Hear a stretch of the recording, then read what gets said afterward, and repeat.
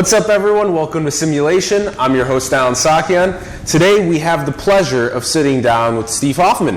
Hello, how are you? Great to be here. Yeah, thank you for coming on the show. My pleasure. Beautiful studio. Thank you. Thank you. Beautiful mind to share with the audience. I hope so. Yeah, let's do this. So Steve is the CEO of Founders Space. He is also a partner at Founders VC and the author of Make Elephants Fly. Yep. So we are going to be unpacking innovation, the process of innovation, why it's so important. We'll be talking about your work the last 6 years now, doing this, helping entrepreneurs around the world. Yes. Yeah, like why help entrepreneurs around the world? They need a lot of help. That's I've been an entrepreneur.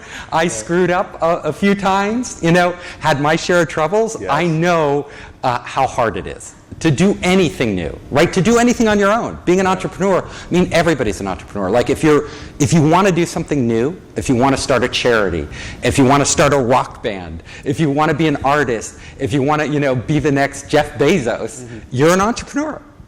You're out there building you have to build your own organization. You have to have a goal. You have to achieve it. It's all entrepreneurship. Yeah, and I think sometimes we get lost in the culture and the social fabric to such a point where we don't even realize when the idea comes up and when we have the potential to bring it to life, but then it kind of gets quelled by the cultural forces, and then it's really difficult to take that step. A lot of the time, it's money is like this first thing. Is like, I don't want to feel unsafe. I don't want to take a big risk with starting that idea. What if I fail? Oh yeah, those are all who wants to quit their job and have no money and invest it all in some crazy idea that you don't even know will work and most likely won't work. The only thing that you have to believe it works to even make that leap. It's a very tough decision for people. Yeah. Most people don't do it. The majority of people have kind of their dreams of what they could do. I'll open a yogurt shop, or I'll do my own tech startup, or I'll do this big charity, or what. But they never actually do it. Yeah, and then that's the quote about how the richest place in the world is the graveyard, because it's where all the ideas never got. Yeah, they never get executed. But when you do it, then you usually need help, even if you're like super experienced. Yes. Sometimes you just need that. A lot of what I do is just that, to be there to talk through the problems with them. The support, the mental support, because I will tell you, even the smartest people in the world, the Elon Musks of the world, they screw up all the time. Yes. We saw it like just the other week. Elon Musk's entire automated production line didn't work, right? And now Tesla's, is in serious financial trouble. Their stock is plummeting. The cars aren't being produced. This is a guy that, entrepreneurs around the world admire as kind of like God, He over-automated. Yeah, he over-automated. So all of us make mistakes, right? And he's like, he had to admit, I totally screwed up. I had machines doing everything, and there are things that people do better. Machines still aren't there yet. Yeah, exactly. Yeah. And even then, Elon needs to consult other people to figure out, how do I get the right humans into the positions on assembly, and then also use the machines in symbiosis. And I'm sure he had his own hubris, right? He's a man of technology. He wanted to tell everybody, I had the fully automated car production line like nobody's ever done. Yeah. You can overstretch, right? Yeah, it's Icarus, right? He's going to Mars, but you can go to the sun and burn up along the way. Yeah. And I think another key about this, taking that leap of faith with entrepreneurship, is also that it becomes this best decision you've ever made in your life down the line. You got to get over year 1, year 2, year 3, turn money, make impact, self-sustain, sustain other people, build a family around you of people that care about the project. And once you really get there after a couple of years, the feeling is just, there's nothing else like it in the world. It's amazing. But you're talking about a small minority. Yeah. So you're talking like 90% fail after like 2 years. 95% realistically. And so, from the idea stage, right? It depends what stage you measure at. So if you look at the venture stage, where the big guys who are supposed to pick the winners come in with the big money, it's still like a 70% failure rate. You know, when you're actually getting venture funding. So when you're talking the idea stage, it's much higher, right? It's a lot, and you know, I see it. So we never hear about them. You know, a person will start an idea and it dies. I start an idea and it dies. Like, how many times have you done that in your life? Already a couple. Okay, we've all done it, right? I've had a lot of ideas that I started and just, you know, there's one thing to have an idea, another thing to make it a reality. There are a lot of different parts to that idea, and any one of them doesn't work, and the idea doesn't work. Yeah. Yeah, so a lot of entrepreneurs, like you're talking like when you made it, it feels great, but how do you feel great when you don't make it? Which is most people. Like, how do you feel great and how do you get a lot out of the process? Yeah, and that's along the journey. Yeah, and that's a lot of what I put into my book, you know, Make Elephants Fly. It's a lot of what I do when I travel around the world working with entrepreneurs. Because I've been there, right? Like you, right? I've done stuff and I haven't always succeeded. So I know how difficult it can be, and and I'm a dreamer, right? So I'm always coming up with ideas. So I can completely relate to people, and then I can work with them to hopefully maximize, never guarantee, their chance of getting where they want to go in the long run. And it may not even be on the current path they're on.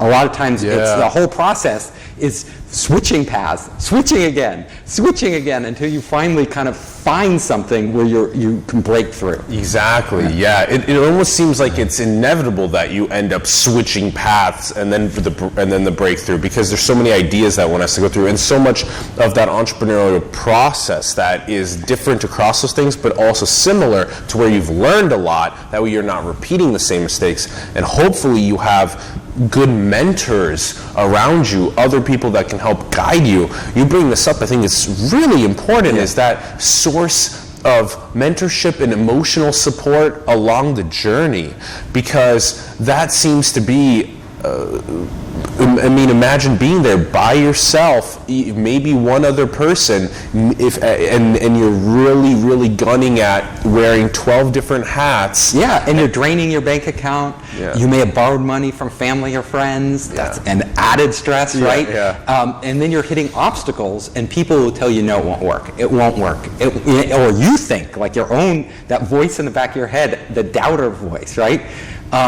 And it's really hard. And that's why having that support, the emotional support, is as important as, or maybe more important than the financial support. Yeah, and then also this analytical support as well. Really, so it's like experienced people. Exactly. They can come in and they can see the way that you were once trying to be efficient with the delivery of their product or the manufacturing their product, and they might be able to just give you a piece of advice that could increase your efficiencies in one of those areas by so much. Or make a relationship. Like, look, let me introduce you to so-and-so.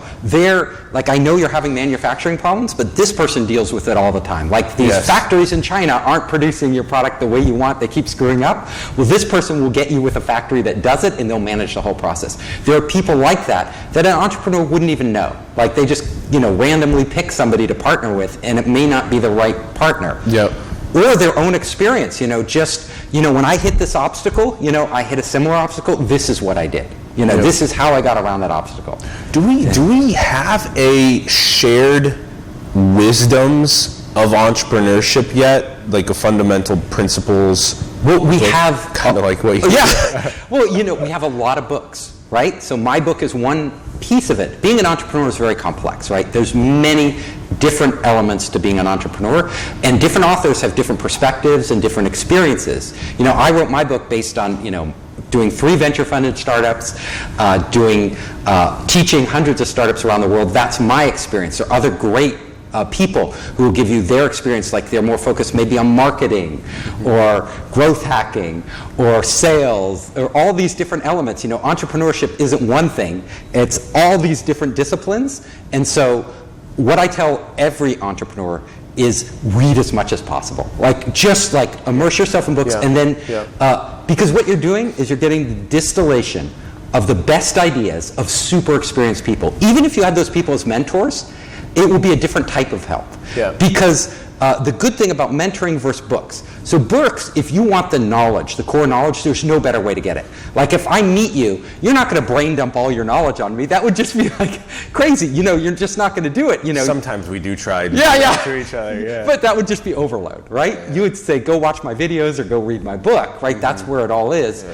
Somebody else, but when you're mentoring, it's more about addressing specific problems that you have right now, And the book is about building the foundations of all the knowledge that you can draw upon when making decisions. Yeah. It's a good way to put it. Yeah. So let's break down some of the fundamentals in the foundation, because I think this source of creativity.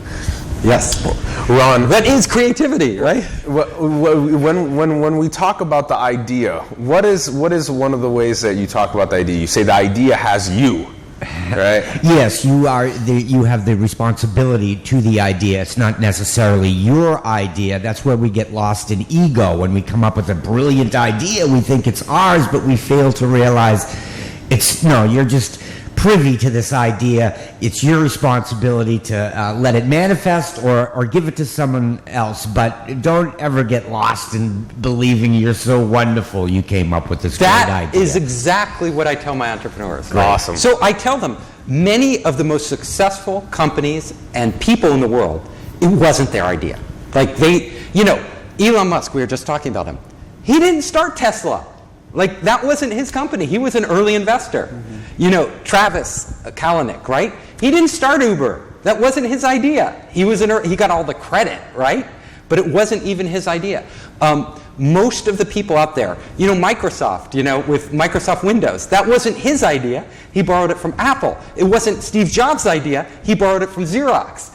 So it doesn't matter whose idea it is. It's how you execute on it. It's what you do with that idea. And as you were saying, sometimes you aren't the best person to do that.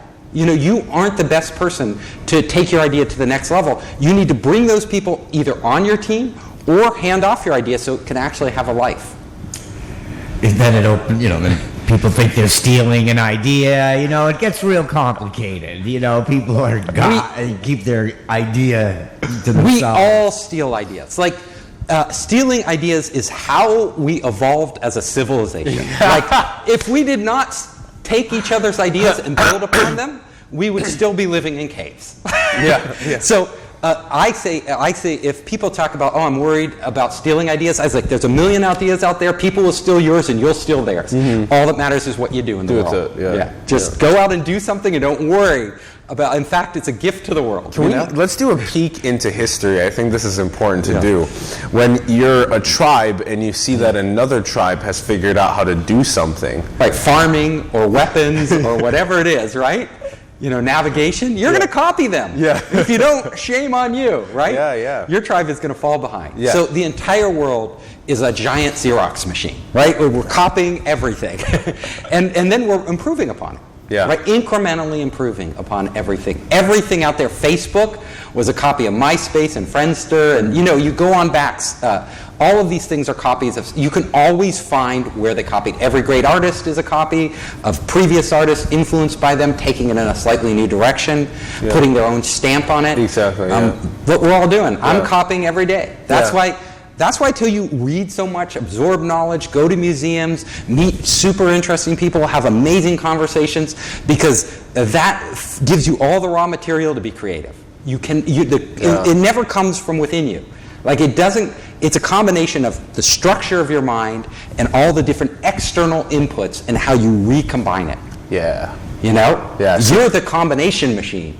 That is creativity. Like, you're the machine that puts it all together in a slightly different way than somebody else, or sees something. I think such a huge key of what you just said was that wherever you focus your outside attention, your attention on the outside world, is how your mind will be shaped, and then that's where your creative ideas will come from. So if we're spending a lot of our time on just barely surviving and meeting physiological needs, we probably don't have that much time to try and be creative.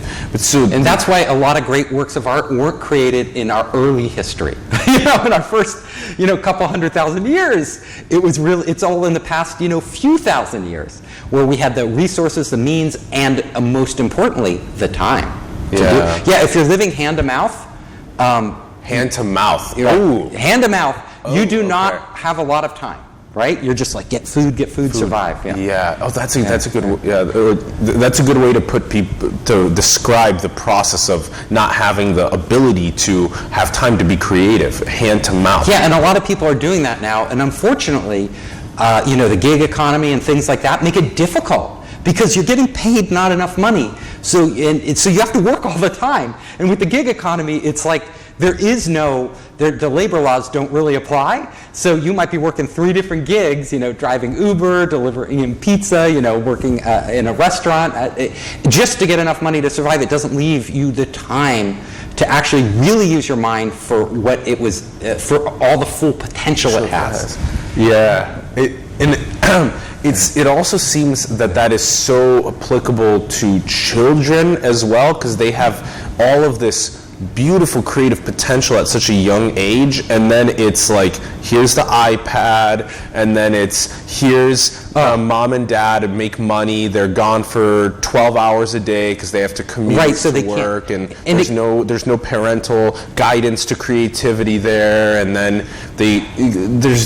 we're lacking on the inspiring creativity along this way. Totally, and it gets even worse. Because parents today, even the most educated and especially the most ambitious parents, will overprogram their kids. You're going to piano lessons now, then soccer, then you have homework, then you have this, then you have that, and the kids have no free time, right? Yeah. So they have no time to make their own decisions. Oh, you're playing piano, you're being creative. No, I'm just doing what my parents told me, and I'm just studying the lessons, That's not creativity. Creativity is when you have the time to sit there and doodle, to sit there and bang away on the piano without practicing a lesson for your next thing. Yeah. To sit there in a playground and make up your own games that you're going to play, with your friends, instead of playing games where the rules are already made. Yes. Being creative is about making your own rules, not about following the rules or doing what other people tell you, and you need time. Boom, let's timestamp that out right there. That's so good. Being creative is making your own damn rules. It is. Yeah. And that's what we got to encourage people to do, right? Because our biggest breakthroughs, our best ideas, everything comes from that. Comes from sitting around when you're not checking your phone and responding to, Facebook or all these things. When you're in the shower, when you have downtime. That's why they're called shower thoughts. Right, because it's not because the shower is a magical place. It's because it's like one of the only safe harbors. Where you just don't... That's where your phone isn't going off. Don't put electric devices inside of showers, please. If you do it's that... the last safe space. If you do that, then that goes away, right? Yeah. Or in the middle of the night when you're lying in bed and you can't sleep. Those are other good times for ideas. Yeah. But in the... I'm hoping, we have so many more people on this planet now, right? So many more minds that work. We're much better educated. We have much better tools. The average education level is so much higher. So much. We have so much more potential now than ever before in history to be creative, to do novel things, to change the world for the better. The only thing we're lacking, unfortunately, is time. Okay, I have a question along the way. It's really a slight tangent, but it's very important, I think, to address this. So, time is the biggest thing. We're all more educated than we've been in the past, which is great, but the amount of time that we lack to actually be creative is of essence that we need to change. So, are you in favor of universal basic income to enable people to have time? Well, I'm in favor of it for a lot of reasons. I'm in favor of it because I think, in a rich economy, nobody should be homeless on the street. Absolutely. I mean, absolutely not. And people who are homeless because of drug addiction or mental illness, we should have some facilities to help them. Second, I'm in favor because as a technologist, I see we're going to have massive job loss. I mean, it's coming, right? Coming. It doesn't matter. Yes, technology creates more jobs, and there will be many new jobs that we cannot imagine. Exactly. But in the process of transition, people are going to get left behind. Yes. And we've got to have this for those people. Third, if it can give people more time to be creative, that's great. Yeah. I think all of those are good. I think a bigger problem when we talk about time to be creative is the bigger danger is not even not having enough money to do it. It's because I know many people have lots of money who have no time to be creative. It's that we program ourselves up now because our devices are constantly bombarding us with very tantalizing, alluring information and entertainment, and our friends contacting us that we are always having to respond to. Yeah. And I personally, in order to make more time to be creative and more time to feel sane, I turned off all my notifications.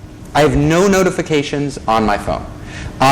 Messages come in, but they don't pop up. They don't distract me. So I will still check Facebook. I'll still check my email, all these different things, but I'll do it on my schedule. And that way when I'm working, every few seconds I'm not getting dragged away, because in order to be creative, you need uninterrupted time. Exactly. And it has to be long enough so you know the flow. So you can get into the flow and start thinking deeply and creatively. And you can never get into the flow if you have constant beeps and pops and you know, and little red circles with numbers in them that like are irresistible candy to us adults, right? I have to eat it, you know. Lottery machine. What am I just getting? Got it. Who messaged me now? These uninterrupted blocks of time for flow. And so like my book is about innovation. And this is like a core piece of being innovative, right? Just structuring your life so you have enough time to actually think beyond your normal constraints. And you're in favor of universal basic income, but do you know exactly how you want to provide that? Do you think how it should be provided to people? There's a lot of different experiments going on, you know, in the Nordic countries, things like that.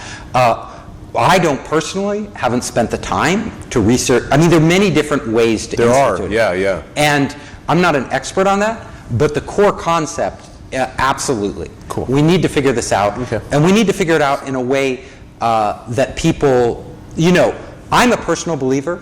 You know, everybody says, oh, welfare will make you fat and lazy, you know, or universal income would make you fat and lazy. But anybody who's driven to do something will do it regardless. Like, I don't need the money from what I'm doing, but I'm doing it, and I'm working harder than I ever have in my life. The money is not my driving purpose. It doesn't, it's an afterthought. It's nice to have. But most people who want to be a scientist, a musician, an artist, even a business person, do you think Bill Gates needs more money? Why is he working so hard on this charity stuff, right? Well, he's clearly not a case. But you look at most of the billionaires in the world, they work like crazy, right? They work like all the time. They don't need the money. That's not why they became successful. In their life from that. So universal basic income won't stop those people. What we need to do is encourage people, you know, like through your show and other means, to actually get their butts out of these chairs, right, and do something with their lives. And show them, most people don't do something, not because they don't want to, but because they don't think it's possible. They don't think they can. Exactly. It's not the money, it's not how much money they have or how little money, or they just don't believe they can do it. And they've been told, you know, time and again, verbally, but a lot of times through their own failures and experience, you don't got what it takes. You know, you're lucky to just be getting by. And they eventually accept it, which is the tragedy, the loss of their potential, you know? And that's what like my mission is, and I think your mission, definitely, like, in different ways. We've manifested it in different ways, but it's to get out there. Inspiring people to build the future. It's to tell them, you have all this potential. You might have failed, but that has no reflection on what you can do. It only has reflection on what you did wrong, or what life, which is so random and chaotic and unpredictable, like life threw at you, you know? Like the best people in the world fail all the time. We've failed.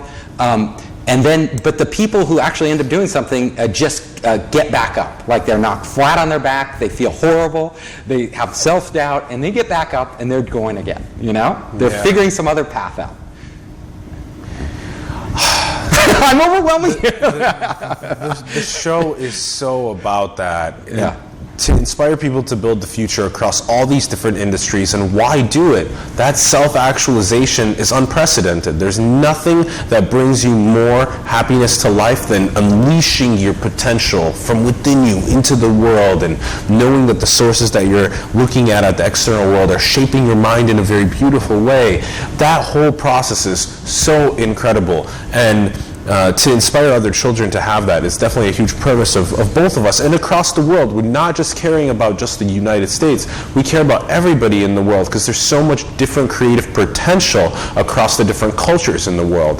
All right, I want to, before we get back to the foundation, because I think we'll unpack that a little bit more, along the way we talked about the significance of impact over money. Yes. And let's unpack that more, because we talk about this on the show so much, is that it feels like so much better, and Teal wrote about it in 0 to 1 as well, but the less a CEO gets paid, the better the company does. And it's, you keep as close to like $0 in your bank account, have that fire under your ass, yes. Take all the money you make and pour it back into the business. Those are the entrepreneurs we love, right? Yeah, because they believe so much in their idea that the money they have doesn't matter. It's just a tool for them to get where they need to go. Yeah. And I will tell you, money, I have my whole theory about money. The reason we value money so much, there's one reason. It's not because of what we can buy with it. Because most of us, if we have enough food and if we have a comfortable place to live, we can take a guess? Is it money is time? No. Okay. My theory, money is social status. So human beings, we are tribal creatures. We are group animals, right? Mm-hmm. We go in a herd, right? That's how we survived. That's how we evolved. In that environment, what matters to us most is our position within our group. We want to feel good about our position, right? And that goodness can be attained through lots of different ways. Yeah. It can be attained by helping other people. Like we genuinely, unless you're a psychopath, right? You tend to feel good when you help somebody, right? That's built into us. You tend to feel good when you help the group, really good, and especially good when the group recognizes that you helped them. Yeah. Unfortunately, this construct of money has been conflated with status. Right, so our society here in the United States especially, but all around the world, because I travel, I work, in dozens of countries, all around the world, we tend to think of rich people as having achieved somebody, and we accord them a higher status. If you have money, you have done so much more than if you have not. And that is why they work so hard to get more money. They can never have enough money because they feel like, I'm always competing with the richer guy above me. And these billionaires, even if they're not philanthropic, even if they're not really good people, they still have that drive to be recognized by the world for what they do. Mm-hmm. So, part of like what your show is doing, and part of what like I talk about, and I think we need more of in this society, are people saying, that money, and like you just said, is not status, right? It's what you do with the money that counts. It's what you do with your life that counts. We should be judging people on their actions and their true contributions, not just their bank account. Yeah. And I hate it. Like when they have the Forbes 100 richest people and all this stuff. And all these different magazines and stuff are always writing about the rich. They're not talking about what these people did.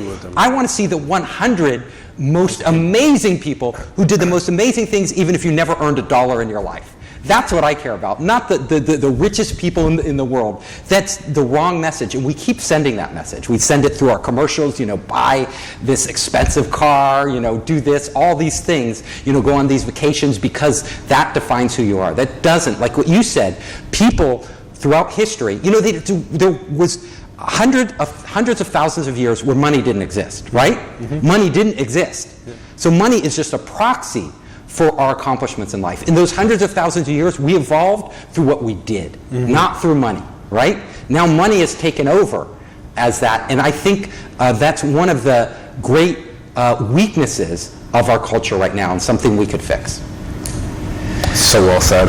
Steve, there's a lot of people that are wealthy that don't want to hear these things. They want you to think they're intelligent because they're wealthy, and that's problematic. I know people that are terribly dumb and have lots of money and spend it on ridiculous things and themselves, and they think they're smart too. They'll have conversation with you and argue their silly ideas, and it's Totally. I meet rich people all the time. I meet billionaires quite often, all around the world, and very, in the heads of state and all this stuff, which is another proxy, political power. Yeah. But I meet them all the time, and they're very insecure. They're they're like, you think you would be secure, like but they kind of know, like inside.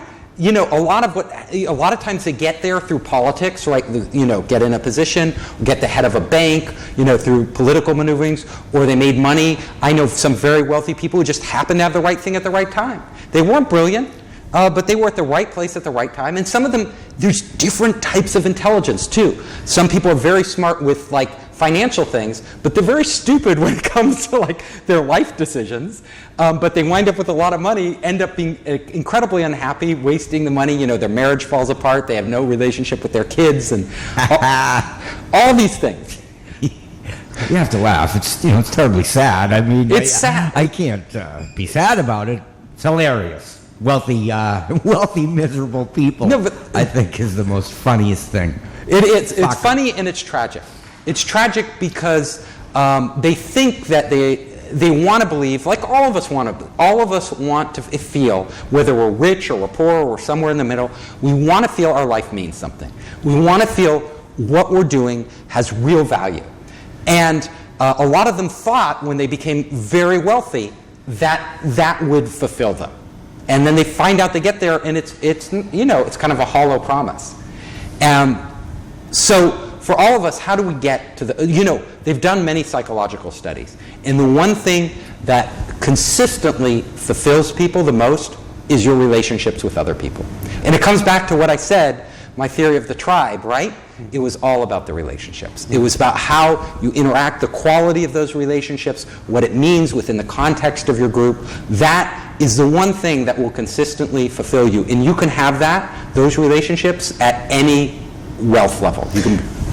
It's so funny that what you described with the Forbes 100 most impactful people. Yes, that is kind of what we're doing with this. With this portrait book, and with the yes. Everybody that gets photographed for the book is making good solid impact across different industries in the world. And so to have kind of a starting point in that world of trying to highlight these impactful people, not richest people, is I'm really happy that we're even in the process of really embodying that and implementing it. And fuck Forbes? It doesn't need to be Forbes. It's simulation. It'll be simulation. 100 most impactful people. And then there's so many volumes. This first volume will be released in just a couple months of the book, and there will be volume 2 with the next 100 people that have been on. That is wonderful. So over time, it's just going to continue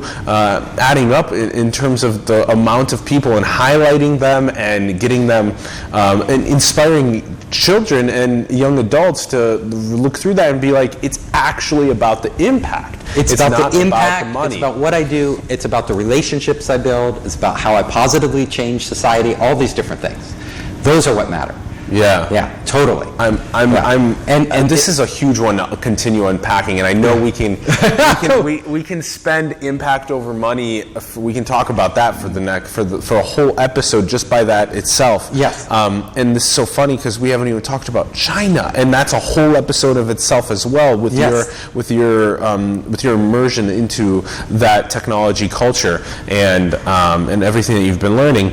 So it seems like there's so many great episodes that we can do. I want to at least seriously impact over money. Yes. So serious. Let's get that top 100 every month or every couple months published. Let's get that out there, impacting. You still need that. You still need a little money to make that impact. Unfortunately, don't you agree? No? I agree. Okay. So I see money as the tool to help you accomplish what you want to accomplish in this world. Exactly. Not as the end goal. That's the only difference. Do you need money? Some projects need just a little money.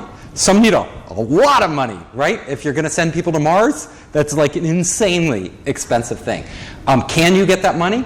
Well, the money's there, and that's one of the challenges. That's like a lot of what I do as the head of Founderspace is I bring in these entrepreneurs and try to help them figure out how to get their ideas funded and also whether their ideas are truly viable. Yeah. Yep. And that's this understanding that money is your tool to help make the impact and to continue that process over and over again. Funnel the money into the impact. Funnel the money into the impact. Yeah. Once the money gets funneled into a diamond or into a yacht or into a etc., we really start breaking down the soul. It kind of breaks down. Yeah, I would much rather see our money put to use in improving people's lives, Yeah. not just the 0.01% who can afford the yachts. I've heard if you throw enough money at problems, they go away. I actually and new problems get birthed. I have to drop this example, but Ty Lopez tweeted about how he had a maid in his house after just working there a couple weeks trip and fall and sue him for money. So you think the money will solve my problems, and then you have maids come in your house and then they sue you. So actually, money brings on problems, hilariously enough as well. More money, more problems. More money, more problems. 100%. So if you have too little money, that's your worst problem. I mean, I know people who are really living day by day. It's not pleasant, right? It's really, really difficult, and they might have kids that they have to take care of. They might be a single parent. It's even worse. Yeah, it's really tough. If you get above a certain threshold, which is about, what is it, like 30, 40,000 a year, something like that. Yeah, something like that, depending on how big your family is, right? You need like $3,000 a month for kind of complete sustainability for yourself at least. Yeah, and then if you have kids or other relations, parents you're taking care of, it can be considerably more. But if you can get above that, then at least you can have a decent quality of life and look to do more. Yep. If you're below that, I only feel like, yes, you should focus on getting some money because that is your number one priority, like just to survive and feed yourself and get health care. Yep. So I'm so fascinated by how the world is going to shape in the next couple of decades, not only because of this explosion of creativity as hopefully we can help foster across the world, and how UBI and AI and how all these things are going to impact that process. And I really hope that we don't leave people behind in like a speciation of the classes. And that's something that I think it's getting worse now than it has before, unfortunately, in America. That's a lot of reason we have discontent here.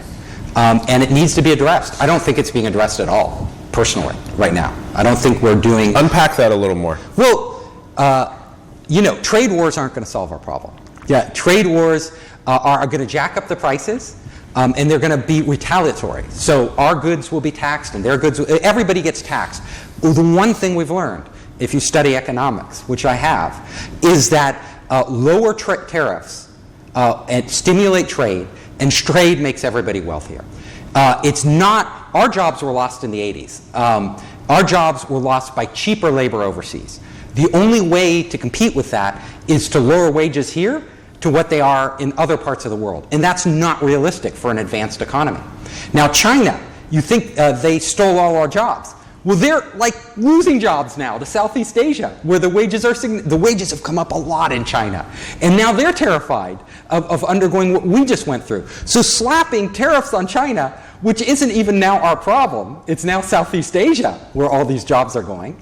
And the jobs will always migrate like that. What we need to do is educate our workforce and lift them into higher jobs. We need to give them opportunities. We're not giving, the current administration and our government isn't focused on that. They're just focused on these trade wars, which will make no difference. It's just politics. It's just lip service. It's going to make no difference to these people. They're not getting those jobs back. Those jobs are gone. What we need to do is come to them with a path forward, with education, with with, like you say, inspiration. Like, you can do this. You are capable of doing it. I don't care. You have a brain, right? Our brains are incredibly malleable. We can learn new stuff at any age, we've found. It doesn't matter if you're a teenager. It doesn't matter if you're 40 or 50. You can learn new skills. You can do it. So a lot of people just don't believe they can. And we have to get out there with the idea that they can do it and a path for them to do it, that they can see themselves going down and becoming more successful. That is the only way. And a universal basic income, right? So that they can get there, they can quit their job, they can start retraining themselves, they can have the programs without worrying about their family starving, right? Or having no medical care. I agree that there's really not enough focus on the retraining process for advanced careers in the next couple decades. We need more and more attention on that right now. We're not going to be creating a massive amount of jobs in the steel industry, no matter how many tariffs that it's going to be flat at best, right? And all that massive amount of jobs in maybe the augmented reality industry, or maybe the AI ethics or philosophy, or the biotechnology. There's a industry. million areas where people can work new in. Ones. Every day they're opening up because new technology is coming, and if we retrain these people in these new technologies, and they can go out there and they can be experts on electric cars and do all sorts of different new things that are coming out, they will be in demand. There's a lot of demand for jobs they aren't getting. Data scientists, like a huge demand now. Jobs like these that they really need. Even craftspeople people are valuing more crafts and handmade things because everything's manufactured, and they'll pay a premium.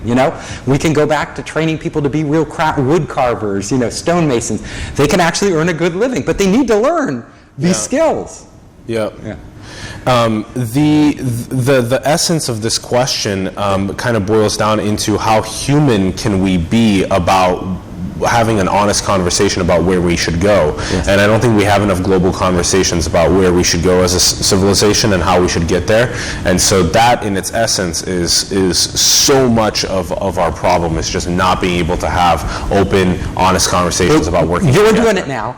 We're doing it now. And you're doing your part. You're definitely doing your part. We need to sit down more with people across the world and have that conversation and try and... I think about this a lot. As a civilization, we are actually, and this is a whole nother episode, but we are actually at an inflection point right now, a very critical time. Yes, it is. All these new technologies are entering our society at an ever-increasing rate. And these technologies are more powerful than ever before. Our legislatures, our culture is not prepared. It does not understand how these things will impact us. Just look at the Facebook privacy issue, right? With them sharing data, and how that dramatically impacted our culture, our elections, and our personal lives, right? Because we're getting fed all this stuff through our Facebook feed. A lot of it is fake. A lot of these people are selling us stuff that we may not need and things like that. And we don't have a way of processing this. We also don't know how they're taking our data and using that to manipulate the media, and manipulate our desires and things like that. And it's going to happen. We're at the tip of the iceberg. This AI combined with our personal data is huge. It will define, like Amazon and stuff, they're starting to build, and Facebook and Google, they're starting to build profiles of you where they can actually predict what you're going to do next better than you can. Because these algorithms, like, we don't know ourselves that well. It's very hard for us to judge who we really are. Like, a lot of things, we'll tell ourselves stories about who we are, but it's not what we really end up doing, right? It's what we want to believe we would do, but it's not what we actually do. Facebook did a study, which is so telling. They actually took their data and their algorithm and tried to predict what people would like, on Facebook, what ads they would like, what videos they would like, what comments they would like, and then they asked people themselves what they would like. They would show them this. And when people thought about what they would like and tried to predict what they would like, they did a significantly poorer job at doing this than the algorithm. What does that tell us? That even today, with the crude algorithms and data we have, and the data is getting much more granular, and the algorithms are getting much smarter, Facebook can predict what we like better than we can ourselves. Totally scary. That's why this data matters.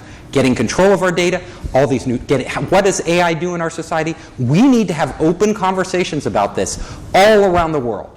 Open conversations. How it's going to be used could be used for great good. Yep.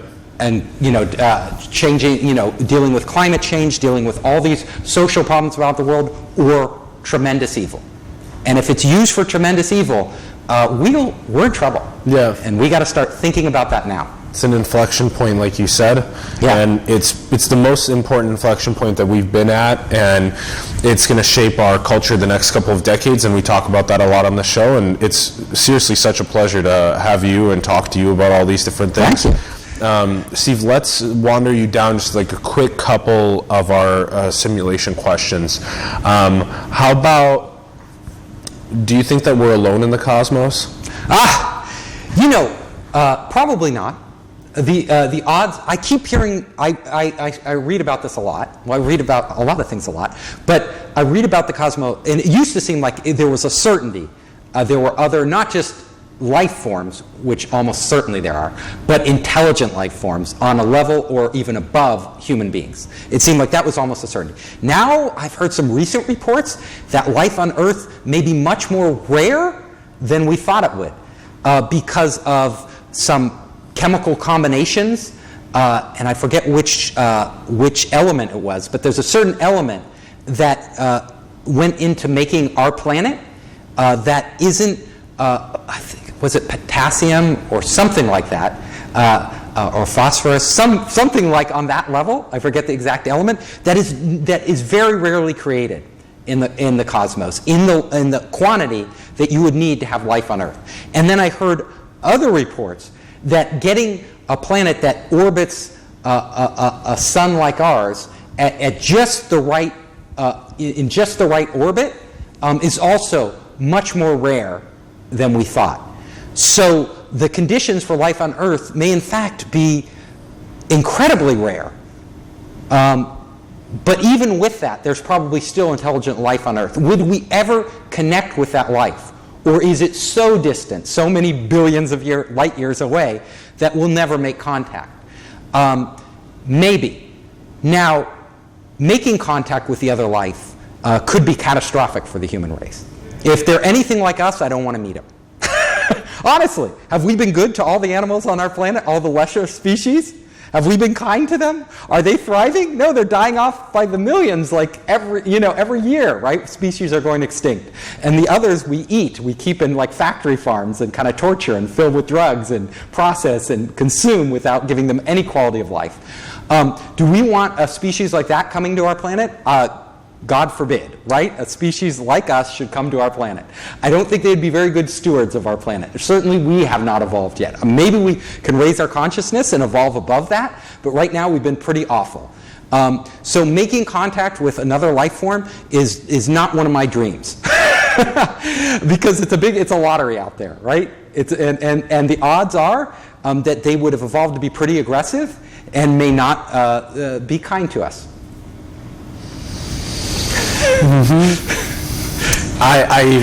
Part of me wants to still meet. Of course we do. I'm a curious person. I want to meet these aliens in my lifetime. Like even if they annihilate us, right? Hopefully be friendly and enlighten us and give us access, and make the world a better place. We tell them about what we've been through. Yeah, we would love it. They're our brothers. Interesting. Brothers from another planet. But I'm a realist. So the dreamer in me absolutely wants to meet them, wants to imagine what they're like, see the world that they've created, merge ourselves. What about, do you think we're in a computer simulation?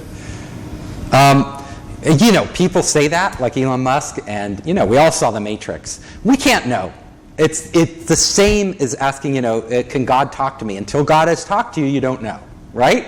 Until you figured out that there's another code running, that there's some code running, below the surface of everything, you don't know. I'm not one to answer that. Can we just say that is the fundamentals of math and physics of our world? You could, if you read, if you read string theory and you're into, advanced physics. There is one threat. There are a certain group of physicists out there who say we're just information, right? The whole world, the whole universe is just information. You know, I was meeting with Michio Kaku, you know, the physicist, and he does all these great videos and stuff, and we were in Malaysia together, you know, giving talks. You know, we were talking about this, and, you know, he was throwing that out there, you know, it's, you know, we all might be information, yes, and what form could that information take? Many different forms. One could be a giant simulation, like your show. Others, you know, it may not be. Do I personally, this is my question, right? Not whether there's a simulation. I can't know, right? You know, if I'm in a truly well-designed simulation, I'll never know. Do I want to live my life like it's a simulation? The answer is no. No, I want to live my life like it has meaning outside of something that's just pre-programmed, manufactured, doesn't have any impact on, like if you're not real, I want to believe you're real. So I don't care. I want to live my life and treat you as if you're real. I don't want to be, otherwise I'm a psychopath.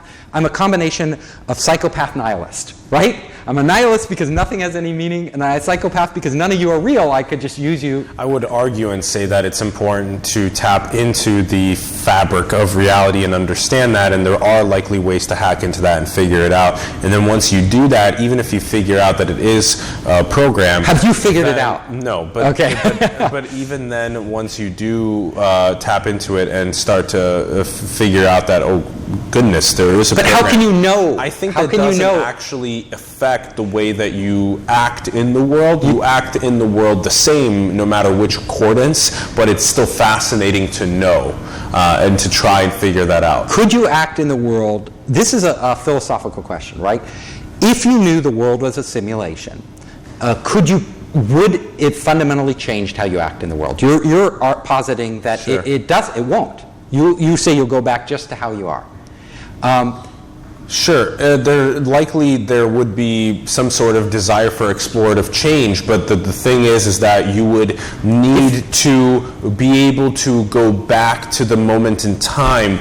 For example, you wouldn't want to drop this project completely and go to a different country, because then you would never know what this project would look like fully developed in the world. So the idea is that if I could do this project while simultaneously trying to go to a different country, so to be able to maybe bounce between the two, to go between moments in time like that, there's a lot of different ways to see it, view it. I do think it would change some action potentially. I think it would profoundly change me. I can't speak for everybody in the world, but if I knew this world was a simulation and that you weren't real, it would profoundly change how I act in this world. Yeah. And when you put it that way, oh, nobody's real, only I'm real. That would versus we are all in a sense. Oh, if I'm a simulation too. And then if you're as real as me, and I know how I feel, and I know how you feel, and I am a simulation, I'm not even really me that I think I am, then that would have another effect on me. Yeah, it would be mind-boggling. I think just the sense that you're and I and everybody is trapped in their own skulls is enough of an understanding of like, wow, I can't leave my skull. That essence in itself is. You know, David Hume, right? Where in empiricism, you can't know anything. His idea was, he said the same thing back, in a long time ago. He said, are we all just a dream? Is all of reality a dream? It's the same as being a simulation, right? Nothing is real. And he tried to imagine. He wrote all these books on imagining what would life be like. Literally, you could have woken up 2 seconds ago, and everything you think you've done in your life is a fabrication. Yeah, right. Yeah. It's all been correct. It's just like when you wake up from a dream. Yeah. And the interesting thing is when you're in a dream, you believe it's real. So the reason I know I would act differently in a simulation than I would in real life is because I've done lucid dreaming. Yeah. Right. I've been conscious in my dreams, and I know when I'm conscious in my dreams, I act differently. I fundamentally act differently. Yeah. It's totally fun. Yeah. You can start flying and doing all this cool stuff, but you totally change how your reality changes. And so that's why I know I would act, and I would imagine most people would act really different if they knew the world. But the beautiful thing is, we live in a world where there are people who are living as if it were a simulation. They believe it. There's people who believe in different gods. There's people who believe in all sorts of different philosophies about the world, and that does impact how they live their lives at a very core level. Yep. What would you say is the most beautiful thing in the world? Oh, the most beautiful. Wow, that's a deep question. The most beautiful thing in the world is emotion that we can feel. Like if you're drained of emotion, I think you're fundamentally drained of life. The essence of life, if I feel really, it's like there are moments that come every week for me where I just feel so happy. I just feel so joyous, I'm looking at the people I love and I just feel this like I just feel so happy. And then there are other times in the week where I feel frustrated, where I'm depressed, and I'm not manic depressive, so, but just normal levels, right? Where I feel anxiety, over the future. All of these emotions course through us, right? And all of them, if I didn't have these emotions, if I felt numb, then I wouldn't be human. And so emotion, to me, is the most beautiful thing. Yeah, the feeling alive across all of the different emotions. Being able to experience all of these, being able to, on this crazy journey we're on, right? This wild ride, going through the roller coaster of all the different emotions and having that color our lives and give it depth and meaning. I think it'd be very hard to find meaning without emotion. I think when we say meaning, we mean how we feel. Because meaning is never purely logical, right? It's never A plus B equals C. It is how we experience our universe. And even the concept of a meaning is an emotion, right? When I feel, like you feel what you're doing now is meaningful, that is an emotion you value above everything else. I think that's what's guiding your life, and I know it's what's guiding my life. Yeah. And the whole idea of making an impact, right? What is an impact, right? We have to believe in something, right? You have to give it your belief and bestow it with that it has meaning to you. Like we sort of bring meaning, we manufacture our meaning, right? We look for things in the world where we can believe in. Whether it's a religion that we follow, whether it's a career we choose, whether it's relationships. Some people find meaning in their marriage or in their children, or across a whole array of different things in our life, providing us with different pieces of meaning that end up constructing who we are and what we value, and ultimately determining the decisions we make. And that's a bunch of different feelings that come into us. And yes. And that's good. So what's one thing that you believe to be true that nobody else believes to be true? Now you sound like 0 to 1. No, joking. Peter Thiel isn't my favorite guy. One thing I believe to be true that nobody else believes to be true. I honestly don't think there's anything.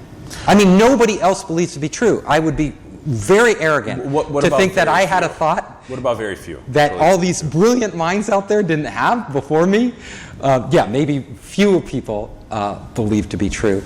I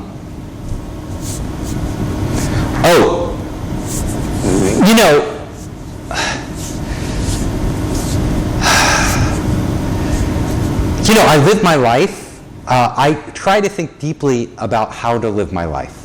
And I'm always questioning, like you do, I think, what's real, whether the path I'm on is the right path, what are my core beliefs, and certain people settle on a particular creed or religion or philosophy. I can't settle on one. Because I feel like it would be, if I just chose one path, one strict set of rules or beliefs, it would give me security and comfort in knowing that was the truth, but it would also close off so many doors. the one thing I want to do is explore as many of these paths as deeply as possible in my lifetime. But at the same time, I realize the paradox is that you can never go too deep if you don't fully believe in the path that you're on. So there are certain experiences, by keeping the doors open, I've also automatically shut all the doors. That is a paradox of life. That is one belief I've come to. Mm-hmm. You know, some people say, oh, if you leave all the doors open, you can explore everything. And I'm like, yeah, but some of those doors you can only know by just believing that one thing. Like, how can you know what it is to truly be a Christian if you don't totally believe in Jesus Christ, right? So if I'm not willing to commit 100% to a particular denomination, I can never know what it's like to go down and truly believe that. And at the same time, so every time you close a door, you open a door, right? And every time you leave a door open, you're shutting another one. And I think that's it. That's a good way to put it. I think that our science and entrepreneurship doors are very, very big and open, and that's definitely had to close other doors. Yeah, every time we make and that's one insight that I had through my own life experience of being a super curious person and wanting to try everything possible during life, and then coming up against this paradox that the more I try, in a way, the more doors, the other doors, I'm not going, I can never know. Yeah. I'll never know them. Yeah. I love how we've just scratched the surface at innovation, at creativity, at what is the foundation for an entrepreneur, what is these emotional pillars that can be supported by other mentors and people around them. Yes. How can we work together as a world to foster entrepreneurship and creativity? How can we prosper together as a world? What is the importance of these types of big questions and these types of... the meaning of life and all these... all of it in one conversation. We have a lot more to unpack. From the practical to the esoteric, you ask great questions. I love it. You have a good spirit. You have good energy. Thank you. Yeah, it really makes this flow really well. And thank you. I think to go from the Forbes Richest 100 to the Simulation Most Impactful 100. Let's do it. Let's get there. Let's keep impacting people across the world. Everyone, thank you for tuning in. We greatly appreciate it. Steve, thank you for joining us on the show. We greatly appreciate it. I loved it. Talk about his book one more time. Yeah, let's do it one more time. So, Make Elephants Fly. Steve Hoffman. And that's about dreams. Your elephant is this huge, big dream you have that seems impossible to get off the ground, right? It's an elephant. How do you get an elephant into the air? Unless you're Dumbo, right? It's impossible, but the book is like step by step, how do you do it? Exactly. Yeah. Step by step, making elephants fly, get your idea executed into the world, and also know that brings you the most fulfillment in your life, and it will bring you the most fulfillment, and surround yourself with other people that also do that. So everyone, thank you for tuning in. If you had a good time, please give us a like, give us a comment below, tell us what you thought about the show, share the content with other people. That's really important. Give us a subscribe, smash that subscribe button. Help us out. Join us on Patreon. We have to pay for our studio, we have to pay for our production, we have to pay for our food, our electricity, our internet. So join us to keep us sustainable, keep us doing the show, please. We love you so much. Thank you, Ron Vargas, our producing partner. Thanks, Ron. Woo! And Elisa Sinelli, our partner photographer. Thank you everyone for tuning in, and we'll catch you guys soon. Later. Okay.